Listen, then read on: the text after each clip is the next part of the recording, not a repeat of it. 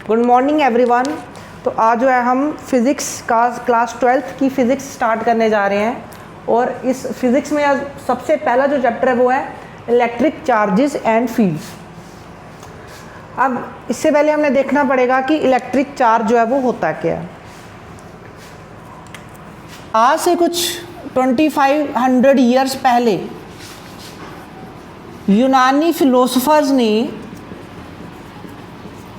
ये ऑब्जर्व किया कि एक मटेरियल है एम्बर। एम्बर को जब हम वूल के साथ रब करते हैं तो it acquires the property. Amber में क्या प्रॉपर्टी आ जाती है कि वो स्मॉल पेपर बिट्स को अट्रैक्ट करना शुरू कर देता है। वो स्मॉल पेपर बिट्स को अट्रैक्ट करना शुरू कर देता है। ये सेम एग्जांपल हमने देखी कि अगर हम एक प्लास्टिक के स्केल को भी हम अपने बालों से रब करें तो वो भी जो है वो स्मॉल पेपर बिट्स को अट्रैक्ट करता है। इसका मतलब इसमें ये कोई प्रॉपर्टी आ गई है। अब इसके कई साल बाद 1600s में जो है एक हमारे फिलोसफर्स या साइंटिस्ट थे गिलबर्ग ने इस पे और रिसर्च की और उन्होंने ये देखा कि सिर्फ एम्बर ही नहीं, एम्बर के साथ कुछ और भी ऐसे मटेरियल्स हैं जैसे glass rubbed with silk, amber rubbed with wool, इस तरह से। और जैसे there is ebonite rubbed with cat skin, ऐसे कुछ और भी एग्जांपल्स हैं जो कि इन चीज़ों को रब करने के बाद इनमें प्रॉपर्टीज़ आ जाती। कोई प्रॉपर्टी आ गई है, उस प्रॉपर्टी को हम क्या कहते हैं? चार्ज, क्योंकि वो इसको अट्रैक्ट कर रहा है। अब चार्ज में पता दो तरह के, पॉजिटिव और नेगेटिव। अब हमने चार्ज को दो तरह क्यों डिवाइड किया है?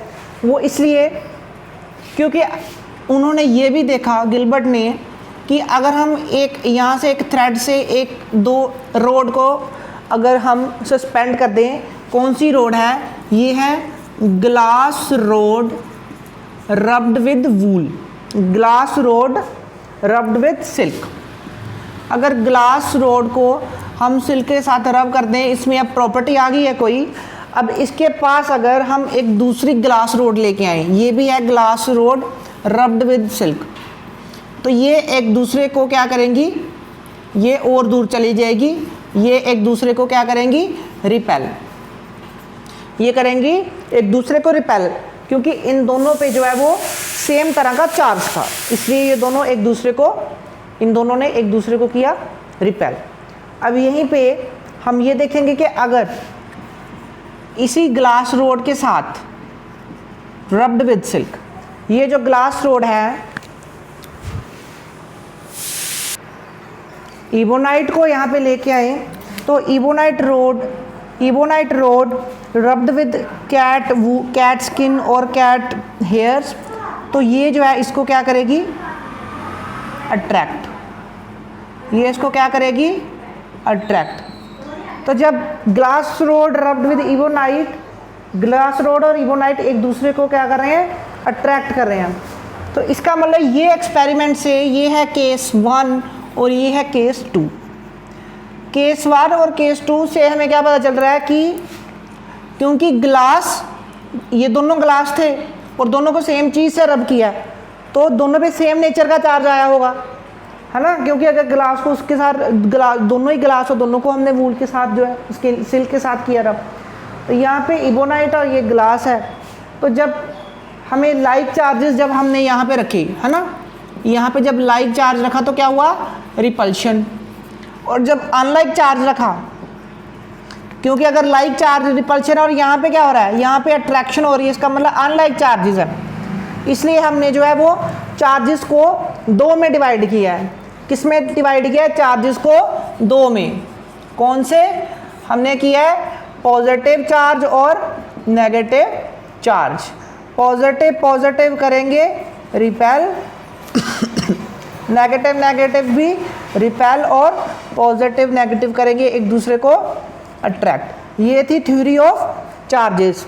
और हम ये भी कह सकते हैं जैसे हमारा एटम्स का मॉडल है, हमें पता है बीच में क्या है, बीच में है पॉजिटिव चार्ज और न्यूट्रॉन्स और प्रोटॉन जो कि है पॉजिटिव चार्ज, और ऑर्बिटल में क्या घूम रहा है, इलेक्ट्रॉन्स।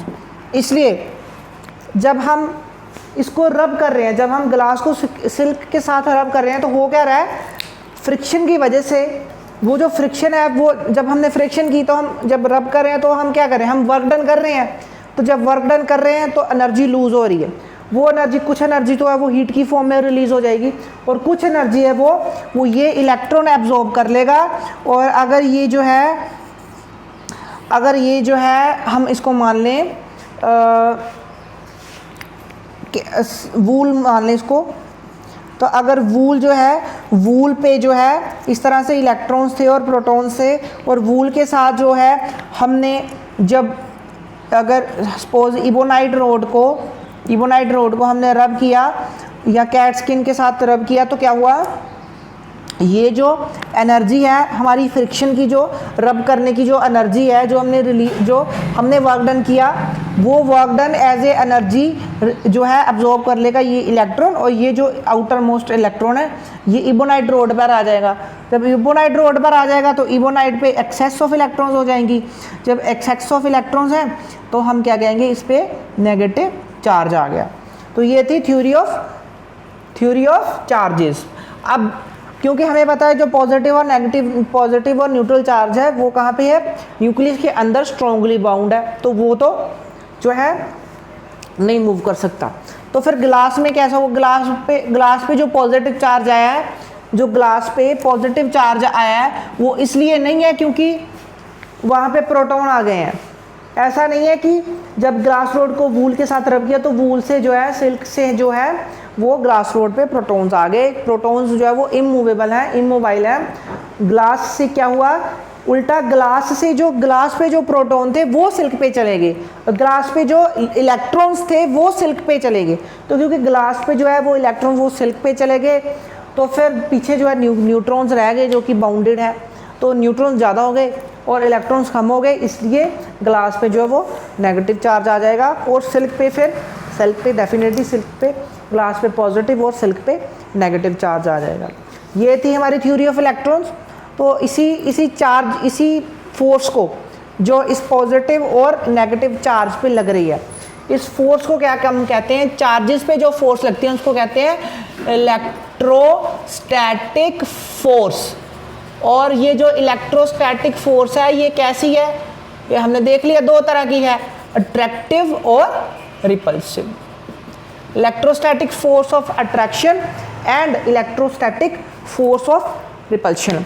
अब हमने ये तो देख लिया कि इस पे फोर्स लग रही है। अब इसकी नेक्स्ट वीडियो में हम ये देखेंगे कि ये फोर्स कितनी लगेगी, ठीक है, क्योंकि अभी ये देखिए कि लग रही है, लेकिन कितने मैग्नीट्यूड, कितनी न्यूटन्स की फोर्स लग रही है, किस चीज़ पे डिपेंड कर रही है फोर्स, वो हम नेक्स्ट वीडियो में देखेंगे। Thank you so much.